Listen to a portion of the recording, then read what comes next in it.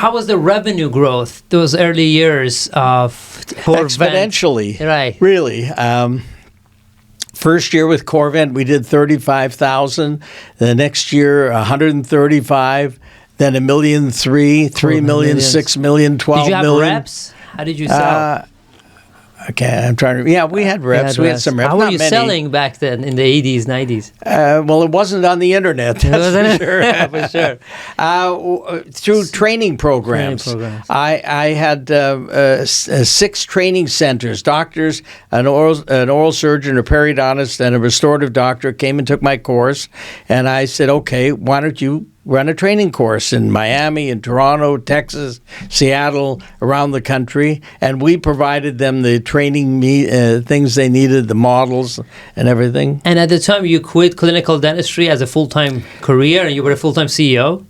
After 84, the only dentistry I did was live surgical demonstrations. Every week, Monday, Tuesday, I did a live course for 20 or 24 people, and I had 2 associates that came in, and they would line up the patients for me. I'd go in, do the surgery, lecture, uncover the implants, and that went on till about 87 or 88. And then after that, I was done with that because I had offices in different countries and I was doing a lot of traveling. And who negotiated the Dentsply deal? You get 45%, if I remember from other. Yes, but the good lesson there is don't get too good a deal because they couldn't make any money on the deal.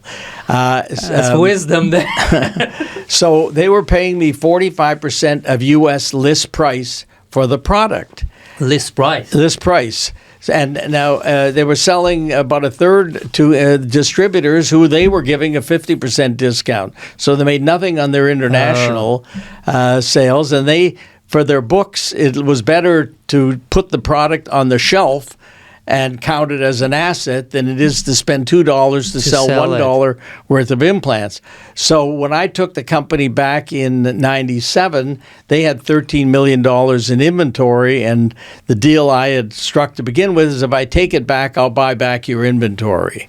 So I took back all that inventory, and I started... And you gave them all the literature in exchange for a car? What was that story? That story.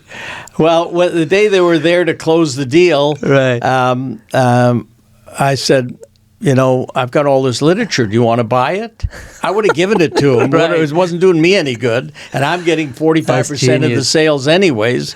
Okay, but we're not paying you more than you paid for it. So we did an analysis, and I had $250,000 worth of literature. And across the street from my office was a Rolls-Royce dealership.